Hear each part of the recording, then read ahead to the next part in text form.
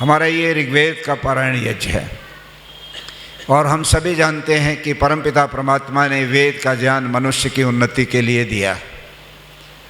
मनुष्य का जो जन्म मिलता है वो पूर्व में किए हुए कर्मों को, उनके फल को भोगने के लिए मिलता है और उस फल को भोगने के लिए सही ज्ञान चाहिए ताकि मनुष्य की अपने जीवन में कर्मों का फल भोगने और नए कर्म करके उन्नति की तरफ आगे बढ़ने और ईश्वर तत्व की तरफ आगे बढ़ने का रास्ता प्राप्त हो, उसके लिए परमपिता परमात्मा ने ये वेद का ज्ञान दिया।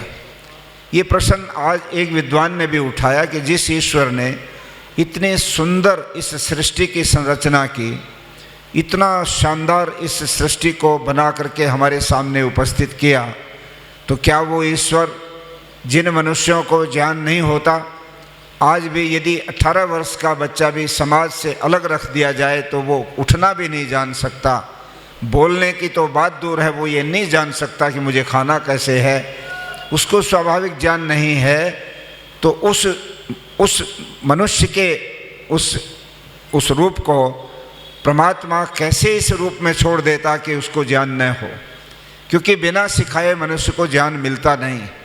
इसलिए जब सृष्टि बनी है और वो अमैथुनी सृष्टि बनी है, उस समय में माता पिता कोई नहीं, उस समय अध्यापक और गुरु कोई नहीं, उस समय कोई पुस्तक नहीं, कोई विद्यालय नहीं। उस अवस्था में परमपिता परमेश्वर ने ये वेद का ज्ञान देकर मानव मात्र का उपकार किया। हमें वो एक संविधान दिया, हमें एक नियमावली दी कि हम अपने जीवन को कैसे उन्नति की तरफ ले जा सकते हैं। और इसीलिए वेद का ज्ञान जब लुप्त हुआ, महाभारत के बाद वेद का ज्ञान जब काफ़ी धूमिल हो गया, व्यवस्थाएं बिगड़ने लगी, अनेक मत और संप्रदाय जन्म लेने लगे, उस समय लगभग 5000 वर्ष के बाद इस धरती के ऊपर एक ऋषि उत्पन्न हुए, महर्षि दयानंद, जिन्होंने फिर से एक बार ये नारा दिया, बैक टू दी वेदाज, वेदों की ओर लौटो।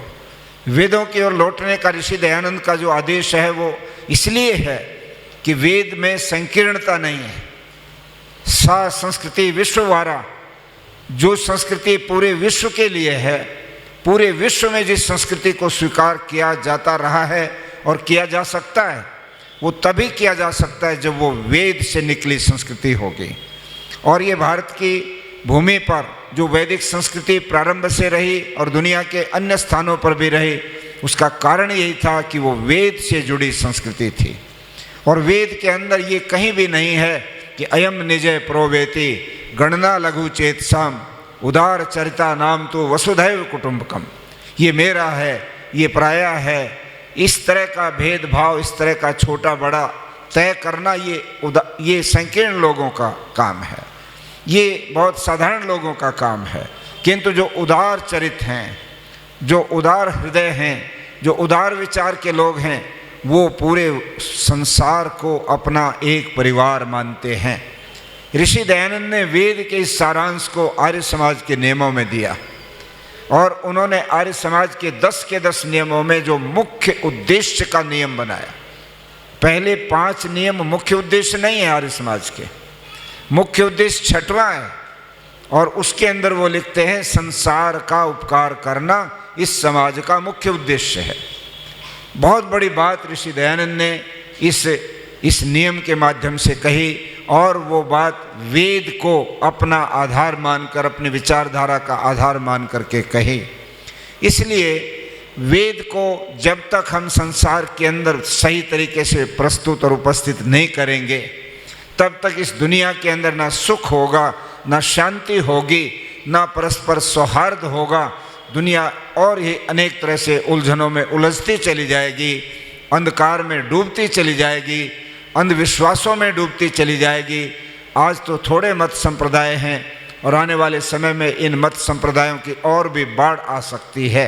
नए नए लोग अपने अपने विचार को लेकर के प्रतिदिन अपने आप को गुरु और बहुत सारे तो ईश्वर का ही अवतार घोषित करके चल पड़ते हैं। ये क्यों? क्योंकि वेद का ज्ञान लोगों से दूर है। और आज ये 200वीं जन्मशती के अवसर पर मैं ये समझता हूँ हम सब लोगों के ऊपर एक बहुत बड़ा दायित्व आया हुआ है क्योंकि हम लोग यही शताब्दी देखेंगे। तीसरी शताब्दी हमारे सामने नहीं आने वाली।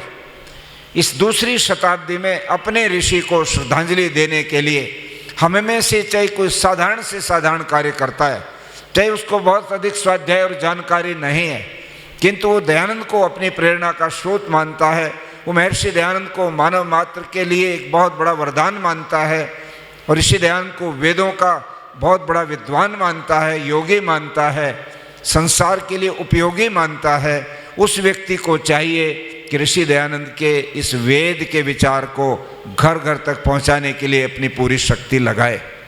हमारे सामने 100 साल और 2 साल का एजेंडा है और उसके लिए हम लोग जुटे इस काम के ऊपर।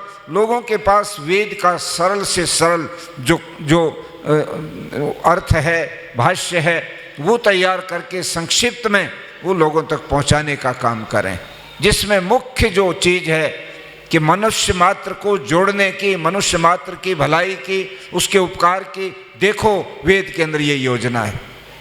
आज जिस सम्मेलन में मुझे बोलना था वहाँ पर 28 विषय उन लोगों ने निर्धारित किए हुए थे और वो 28 विषय जो थे वो विभिन्न हिस्सों से जुड़े हुए थे, जीवन के जो हिस्से होते हैं।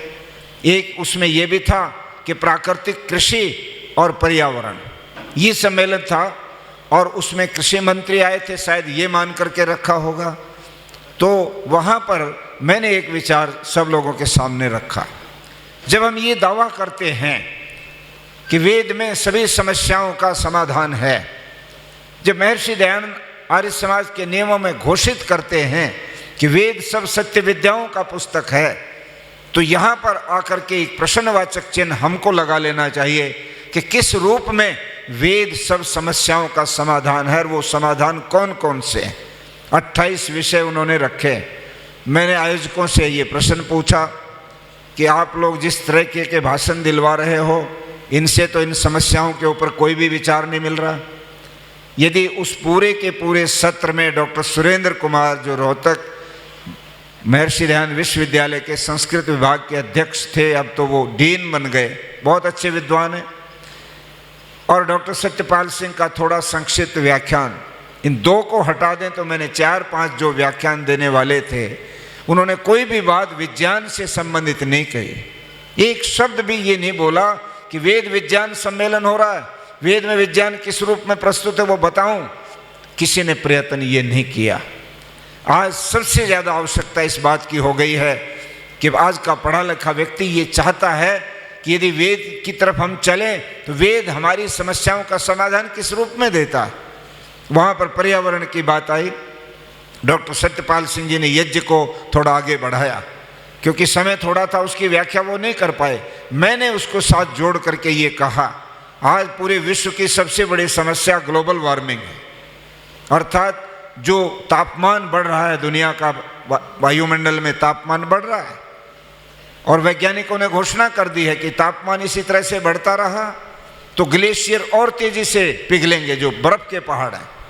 अंटार्कटिका एक जगह है जहाँ पर 350 फुट मोटी उसकी बर्फ की परत है और पिछले दिनों अखबार में छपा कि इस ग्लोबल वार्मिंग के कारण से वो परत 50 फुट कम हो गई, 50 फुट उसमें पिघल गई। और जितने भी दुनिया के अंदर ग्लेशियर हैं, जहाँ जहाँ भी ऊंचाई पर पहाड़ में बर्फ़ पड़ती है, वो गर्मी के कारण से, बढ़ते तापमान के कारण से पिघलते जाते हैं। और वैज्ञानिकों ने ये चेतावनी दी है सब लोगों को कि आने वाले 15 और 20 साल में अगर इसी क्रम से ये ग्लेशियर पिघले तो समुद्र का पानी 150 फुट ऊंचा आ जाएगा और वो इतना ऊंचा पानी जब होगा तो उसके किनारे पर बसे हुए बड़े बड़े नगर और जो राष्ट्र भी बसे हैं वो सारे के सारे सुनामी का शिकार बन जाएंगे। इस विचार के ऊपर अमेरिका जैसे बहुत बड़े ताकतवर देश भी चिंतित हैं। B20 कंट्रीज कई मीटिंगें इस पर कर चुके, ग्लोबल वार्मिंग को कैसे रोकें, क्लाइमेट चेंज को कैसे रोकें, जलवायु परिवर्तन हो रहा है इसको कैसे रोकें। हमारे सामने ये सवाल है।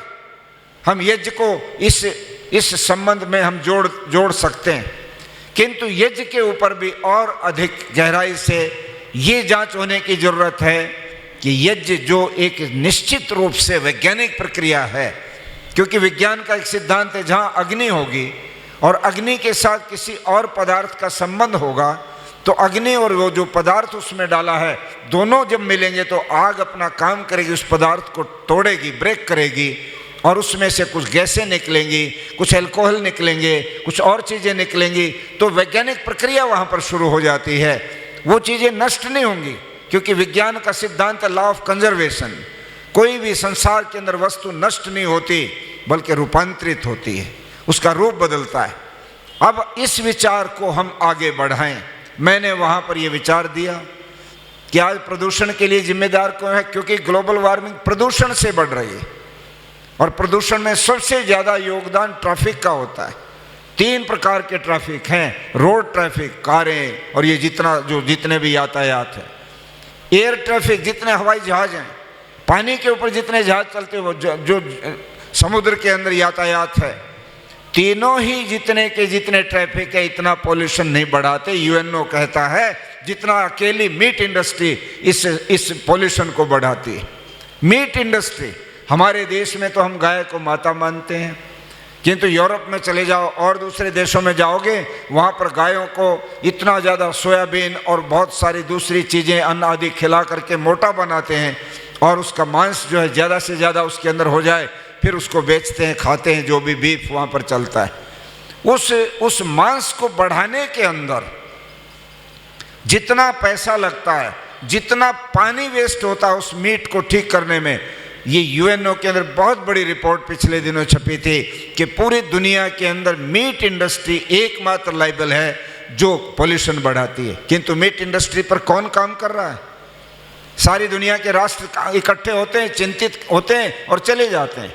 2 साल पहले मैंने देखा था अखबार में, हमारे देश के प्रधानमंत्री आदरणीय नरेंद्र मोदी जी गए थे पेरिस में, वहाँ B20 कंट्रीज़ की मीटिंग थी और उसमें जब इन्होंने अपना व्याख्यान दिया कि ग्लोबल वार्मिंग से और क्लाइमेट चेंज से कैसे लड़ें, कैसे इसको ठीक करें, नियंत्रित करें, तो मोदी जी का एक लाइन का वक्तव्य मैंने अखबारों में यहाँ पढ़ा। उन्होंने कहा we have to change our lifestyle, हमको अपनी जीवन शैली बदलनी पड़ेगी।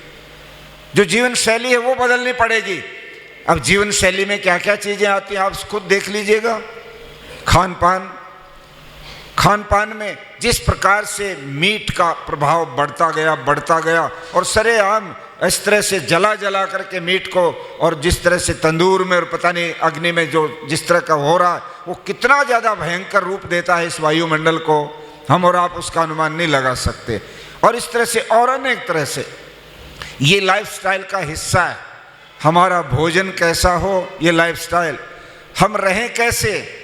आज जिस प्रकार से विकास के नाम पर ये मल्टी स्टोरी चीज़ें बनती चली गई, इनमें आदमी का रहना आसान नहीं है। गर्मी के मौसम में अगर एसी नहीं है तो आप नहीं रह सकते।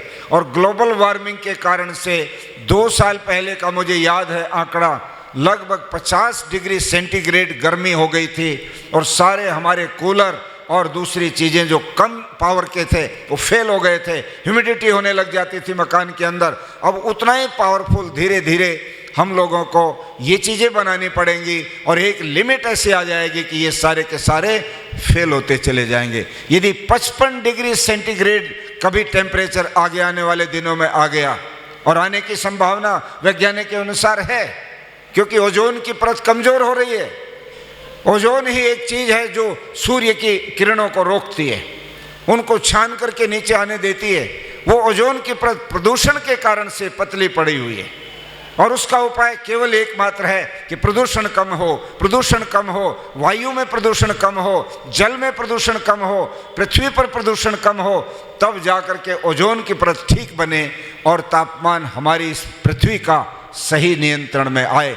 किंतु ये बड़ी बड़ी चिंताएं हैं। वेद के माध्यम से आज हमको अनेक विषयों के ऊपर वो प्रैक्टिकल चीज़ सामने लानी पड़ेंगी जिनको लेकर के हम कहेंगे कि वेद में सभी समस्याओं का समाधान है। कल मैं जयपुर में था एक कार्यक्रम में, और हमारे एक साथी पढ़े लिखे पत्रकार, भाषा में भी काम किया उन्होंने और भी कई जगह काम किया, वो कहने लगे, सवाल करने लगे कि स्वामी जी पुष्पक विमान की चर्चा रामायण में आती है, तो कई बार मैं पूछता हूँ और मुझे कई लोग पूछते हैं कि वो पुष्पक विमान लैंड कैसे करता था, क्या शकल थी उस विमान की, उसकी मशीनरी मैकेनाइजेशन क्या था, कैसे वो उड़ता था, क्या उसके अंदर सिस्टम था, कहीं कोई इसका वर्णन है? आज के हवाई जहाज से तुलना आप उसकी क्यों कर रहे हैं? मुझे बताइए। वो मुझे पूछ रहे थे वो कैसा था वो बताइए, और वो कैसे बनता है वो बताइए।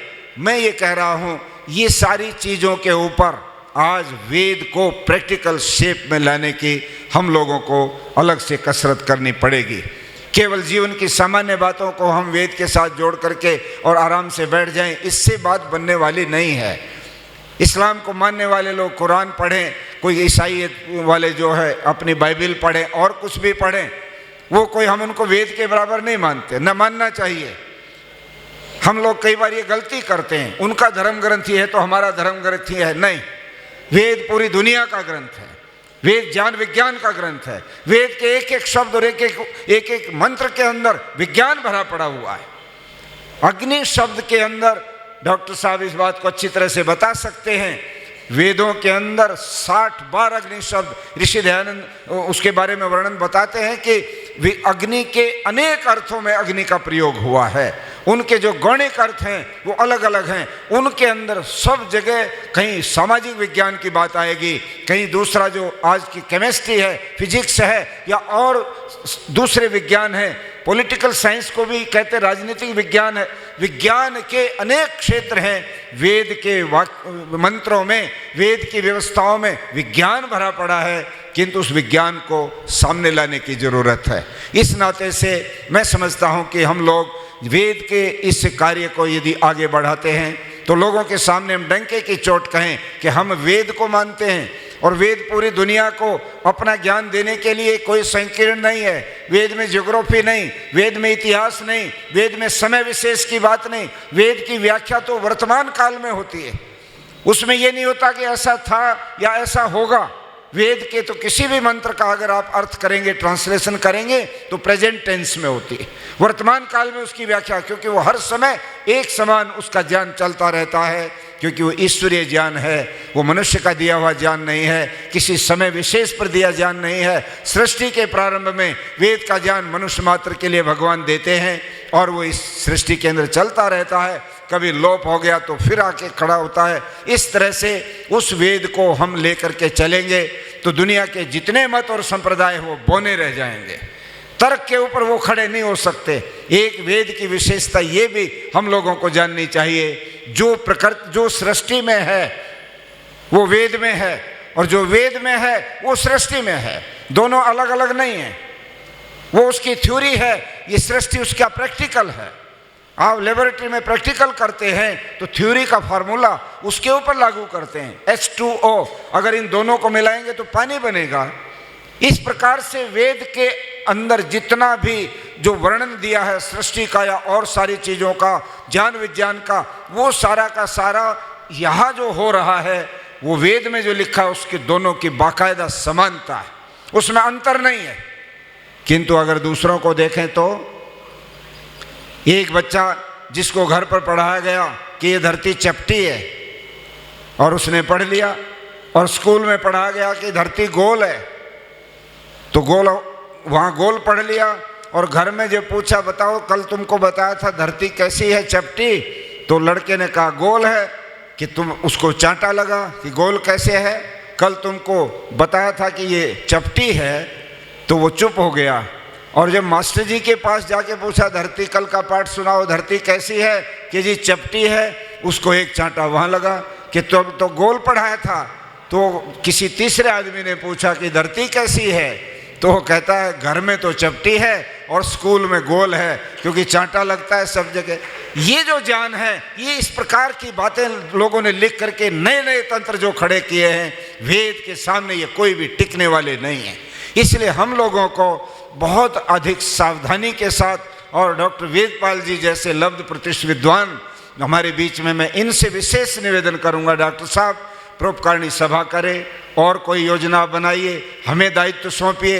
एक योजना आपकी बननी चाहिए, आपके रहते 2, 4, 10 ऐसे अच्छे विद्वान जो कहीं ना कहीं किसी विषय पर जब मंच पर आए तो उनके सामने कोई व्यक्ति ठहर ना सके, नहीं तो भविष्य में बहुत बड़ा संकट हमारे सामने विद्वानों का भी आएगा।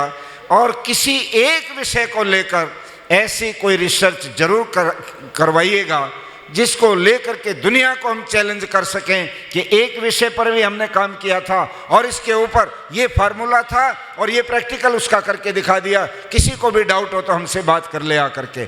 जिस दिन ऐसा हम कर देंगे उसी दिन आप देखेंगे कि दुनिया में तेल का मच जाएगा और दुनिया सारी की सारी हमारे पीछे आ जाएगी। ये यज्ञ की बात मैं कह रहा था और ग्लोबल वार्मिंग की मैं बात कह रहा था। चीन के रूस के अंदर अकाल पड़ा और अकाल इतना पड़ गया कि कुछ भी तिनका भी नहीं उग रहा था।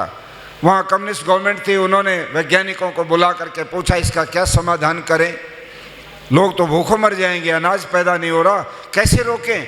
उस समय वैज्ञानिकों ने तो सीधा अपना फार्मूला दे दिया कि आर्टिफिशियल रेल कराओ, बनावटी वर्षा कराओ। कि बनावटी वर्षा कैसे होगी कि बम डालने पड़ेंगे समुद्र में और बम डालेंगे तो पानी उठेगा, बरसात हो जाएगी, तो बरसात पृथ्वी पर आएगी, पानी आएगा तो सब कुछ उग जाएगा। वैसा ही हुआ।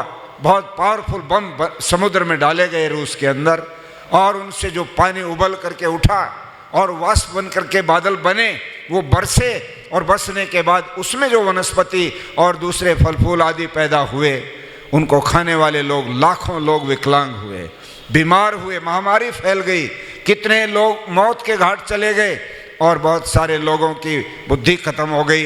इस तरह का जो प्रभाव देखा सरकार चिंतित हो गई। वहाँ पर आकर के फिर हमारा यज्ञ प्रस्तुत होता है। हम अपने यज्ञ को वैज्ञानिक रूप दे करके दिखा सकते हैं। पिछले दिनों में दिल्ली में एक लैब की मशीन लगा करके और पानी के एक बास्केट बाल्टी बंद कर दी, एक खुली छोड़ दी गंदे नाले के पानी की, और उसके ऊपर कंप्यूटर से टेस्ट कराया कि हवन जब हुआ और हवन में जितनी भी चीज़ें डाली, औषधियाँ डाली, सब कुछ डाला और वो वायुमंडल में घूमने लगी, तो उसने उसका जो उसके अंदर गंदगी का जो अंश था वो कितना घटाया। एक बार तो रिजल्ट आया पॉजिटिव, किंतु दूसरी बार कुछ दिनों के बाद या तो व्यवस्था में या जो हमारे सामग्री के जो एलिमेंट थे उनमें कहीं ना कहीं बैलेंस बिगड़ा, दोबारा फिर गड़बड़ हुआ। और दिल्ली सभा, मैंने जब कहा कि इसको ओपन करो, उन्होंने कहा ओपन अभी नहीं कर सकते स्वामी जी, वापस इसमें नुकसान हुआ है। इसलिए इसके ऊपर हमको बहुत अधिक गंभीरता से सोचने की ज़रूरत है। और मुझे विश्वास है कि जितना यज्ञ को अभी तक हम और आप समझे हैं, जितना यज्ञ को अभी तक हम और आप करते चले आ रहे हैं, उतना एक ही उदाहरण बहुत है उस बात के लिए कि जो भोपाल के अंदर गैस कांड हुआ, 1 घंटे के अंदर 20,000 आदमी उस गैस से सांस लेने से तड़प तड़प करके मर गए। वहीं पर भोपाल में अखबार की ये बड़ी खबर बनी अगले दिन कि एक परिवार जो यज्ञ करता था दैनिक, सारे परिवार के सदस्यों को 4-5 सदस्य जो इतने थे इकट्ठा बिठा लिया, हवन कुंड रख लिया और सारी सामग्री और अपना गाय का घी डालते चले गए। हवन होता चला गया। वो जो जहरीली गैस थी उसके साथ इधर हवा के यज्ञ कुंड के अंदर से निकलने वाली जो गैसें थी, उन दोनों को टकरा करके वो डाइल्यूशन हुआ, डाइल्यूट होते चले गए और पूरा का परिवार जीवित रहा। ये बहुत बड़ी खबर भोपाल के अंदर अखबारों में बनी थी। बहुत सारी संभावनाएं हमारे सामने हैं जिनको लेकर के हमको और अधिक गंभीरता से काम करने की ज़रूरत है। कोरोना के दौर में मैंने देखा था बहुत सारे लोगों ने यज्ञ के ऊपर परीक्षण किए, किंतु निश्चित रूप से यज्ञ बहुत अधिक वैज्ञानिक सिद्ध हुआ।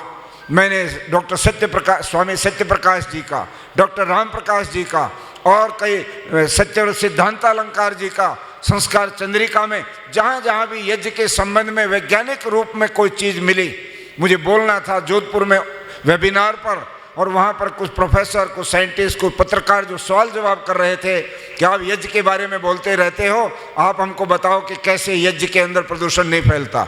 आपके अग्नि में धुआं निकलता है, धुएं में कार्बन होता है, मोनोऑक्साइड होती हैं, गैसें होती हैं, आप कैसे करते हो।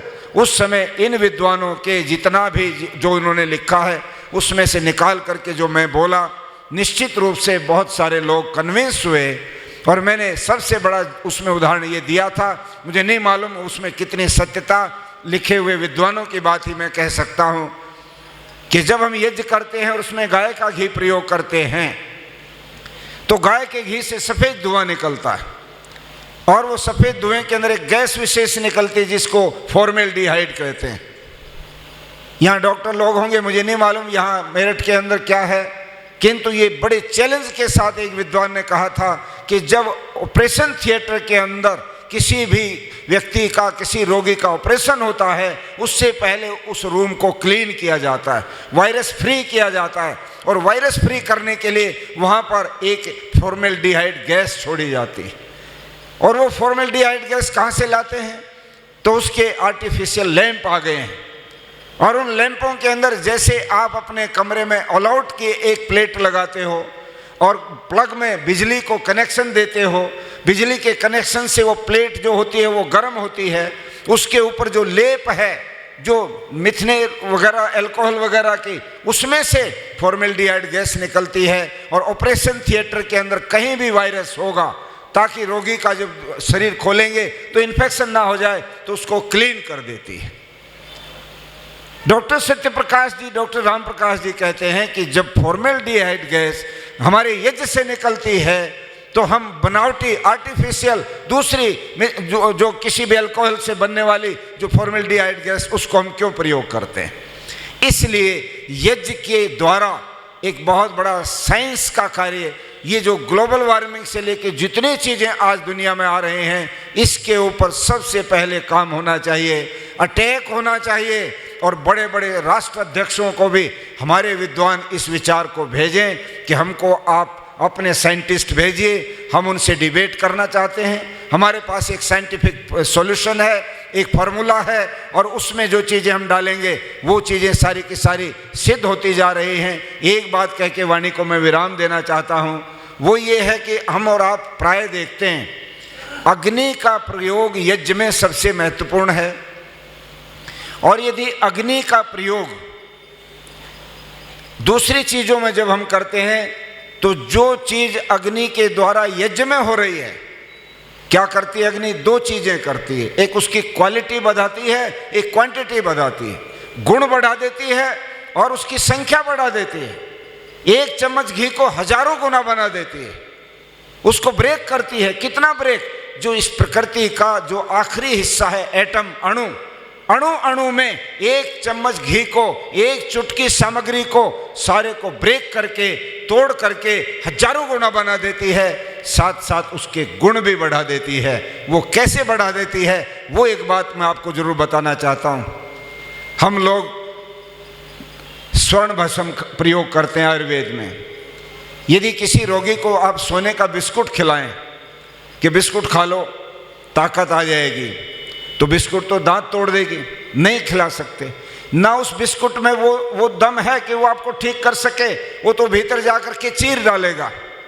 उस बिस्कुट को, उस सोने के हिस्से को आप अग्नि में डालो, सहस्रपुटी 1000 बार अग्नि में पिघलाओ, और जब वो पिघल करके राख उसकी बनती है, और उसको खरल करके किसी मलाई में, किसी शहद में आदमी को चटा दो, तो एकदम उसके अंदर एक नई ताकत सी महसूस होने लगती है। ये अग्नि का प्रभाव है।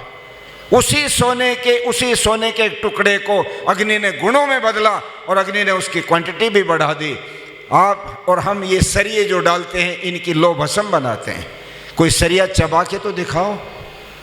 सरिये को फिर जलाया जाता है कढ़ाई में या और किसी चीज़ में, और जब वो राख हो जाती है तो उसको पीस करके, खरल करके जब किसी रोगी को देते हैं तो ब्लड की कमी, आयरन की कमी शरीर में जो है वो पूरी हो जाती है, तो वो भस्म बन करके काम करती। अग्नि के द्वारा कितने ही कार्य ऐसे हम देख सकते हैं। सारी जितनी पैथीज हैं, चाहे वो होम्योपैथी है, चाहे आयुर्वेद है, और यहाँ तक भी लिखा है डॉक्टर सत्यव्रत सिद्धांतालकार ने कि एलोपैथी के भी बहुत सारी चीज़ें ऐसी हैं जिनके अंदर यही अग्नि का जो यज्ञ में जो प्रयोग है वो काम होता है। कोरोना के रोगी को एक कैप्सूल दिया जाता था डॉक्टर के द्वारा, और पानी, खोलता हुआ पानी में कैप्सूल डालो और उसकी भाप ले लो, तो वो भाप जब जाती थी तो चौक हुए जो हमारे फेफड़े थे वो भी थोड़ा कुछ देर रिलीफ उसको मिलता था, श्वास खुल के आने लग जाता था। एक तरफ खोलता हुआ पानी है, उसमें भी अग्नि है, और दूसरी तरफ वही काम, आग जल रही है हवन कुंड में, उसमें वही औषधियाँ डाली, जो औषधियाँ आपके इस चौक हुए फेफड़े को ठीक करेगी, उसमें मुनक्का डालो, उसमें शक्कर डालो, उसमें जो है छुआरे डालो, उसमें और इस तरह की मीठी चीज़ें डाल दो। वो डालने के बाद जब वो उस रोगी के उसके भीतर जाएगी, सूक्ष्म होकर जो काम कैप्सूल ने किया वो काम उस औषधि ने भी किया। इस तरह से हमारे यज्ञ के माध्यम से हम बहुत सारी चीज़ों को एक वैज्ञानिक रूप दे सकते हैं। इस पर हमारा काम होना चाहिए। इन शब्दों के साथ मैं वाणी को विराम देने से पहले मैं हमारी आर्य समाज सदर के सभी अधिकारियों और पूरे मेरठ के सभी हमारे बुद्धिमान जो नागरिक हैं, आर्य समाज के सदस्य हैं, अन्य लोग भी हैं, पूज्य माताओं की बहुत बड़ी संख्या है, आपका आभारी हूँ। आप लोग बुलाते हैं, आपस में हम मिलते हैं और कुछ विचार भी जो थोड़ा बहुत आपके सामने रखते हैं, इन पर हमको चिंतन करना है। 200वीं जन्म जयंती का पर्व हमारे लिए एक बहुत बड़ा एक अवसर है और इस अवसर को हम हाथ से नहीं जाने देंगे। यहाँ मैं देखता हूँ साहित्य वितरण का बड़ा एक शुरू से एक आदत, सिटी साहब हजारों की संख्या में साहित्य प्रकाशित करा के बांटते हैं, ये बहुत बड़ी बात है। मेरठ के सारे नगर के अंदर हमारी ये अप्रोच हो जानी चाहिए। अगले एक साल में कुछ ना कुछ किसी की दुकान पर, किसी के घर में दयानंद के चित्र के साथ कुछ थोड़े विचार उसके सामने उपस्थित होने ही चाहिए। एक भी व्यक्ति ये ना सोचे कि दयानंद की शताब्दी खाली चली गई। यदि ऐसा हम कर पाएंगे तो जरूर ऋषि दयानंद के विचार को घर घर पहुंचाने में हम कामयाब होंगे। आप सब लोगों ने सुना, आपका बहुत बहुत धन्यवाद। सबको नमस्ते।